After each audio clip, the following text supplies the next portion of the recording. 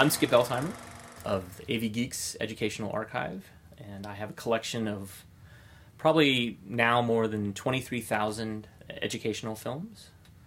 The films on this DVD are social guidance films, and they deal with issues such as puberty, what classes you should take so you can pursue your career as a homemaker, films about what's happening to your body, films about getting married and when you should get married, also films about cooking. A lot of people might think that these films are just puberty films, and like this is the change your body's going through, and certainly those are a genre into themselves.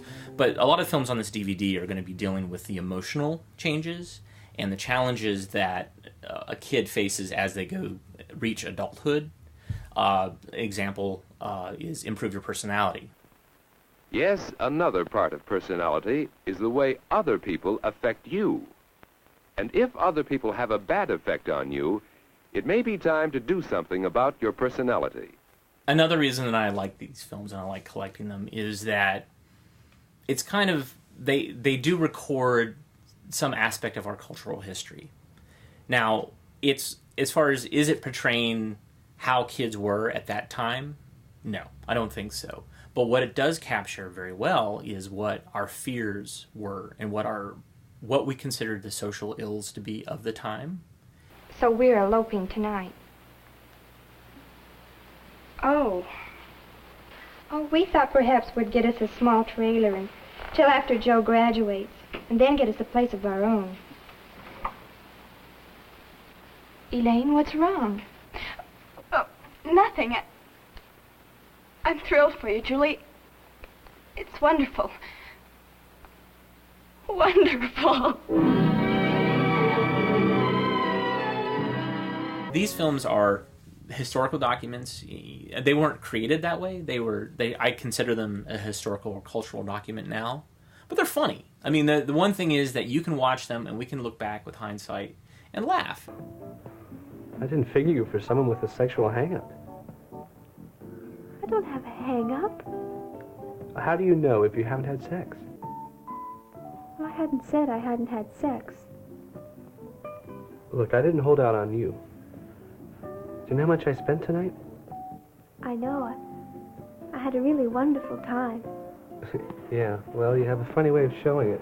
Certainly, showing a film in class on a delicate matter was easier than talking about it. And so a lot of times that's what would happen is, somebody would bring out the projector. Sometimes a substitute teacher would bring out the projector and thread it up and show it. Now, unfortunately, that's not what you're supposed to do. As a teacher, you're supposed to show the film, and then we have discussion. But we all know what happened, which is basically, now we have 30 minutes to fill, or we have an hour to fill, so I'll watch a film. We'll show the film, and then, kids, put your heads on your desks for the rest of the period. To improve your personality, concentrate on the other person. So the 50s, post-World War II, that was kind of the golden age of educational films. That's when that whole industry grew significantly. Films from the 50s look obviously very different than films from the 60s and 70s. In the 60s, especially the late 60s, things start going really crazy.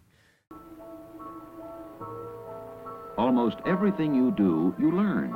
That's one of the important differences between you and animals. You can, and you do.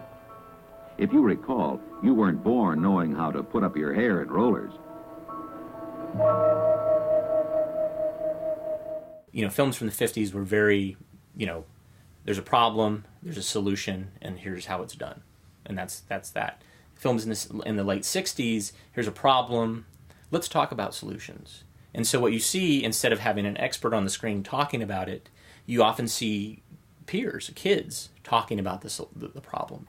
Oh, this whole thing is stupid. Ridiculous. Well, it seems to me that parents and other grown-ups are always bugging us. They're always trying to show us up. It's just like my mother always says, but she doesn't know. Yeah, she just wouldn't understand it. Just forget it. In the 80s, it slaps back to the 50s.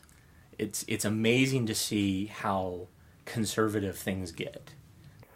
Okay, if you're a teenage girl, put down what you're doing, sit back in your chair, and take this 1-minute quiz. You don't have to answer out loud. How will I feel about myself if I have sex?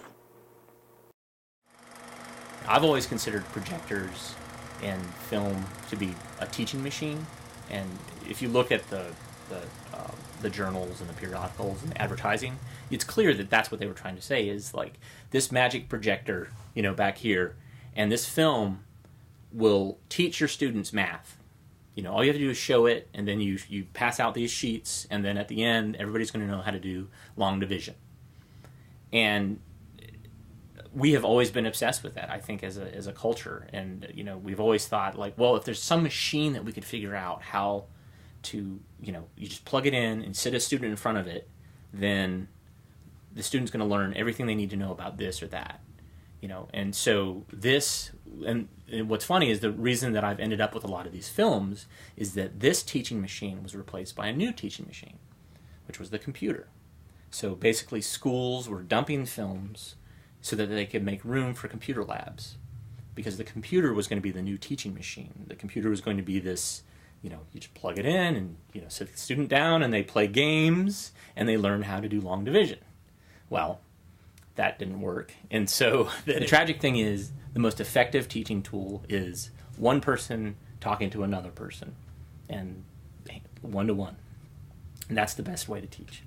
And that's, you talk to any teacher, that's what they'll tell you. That's the way to teach somebody something.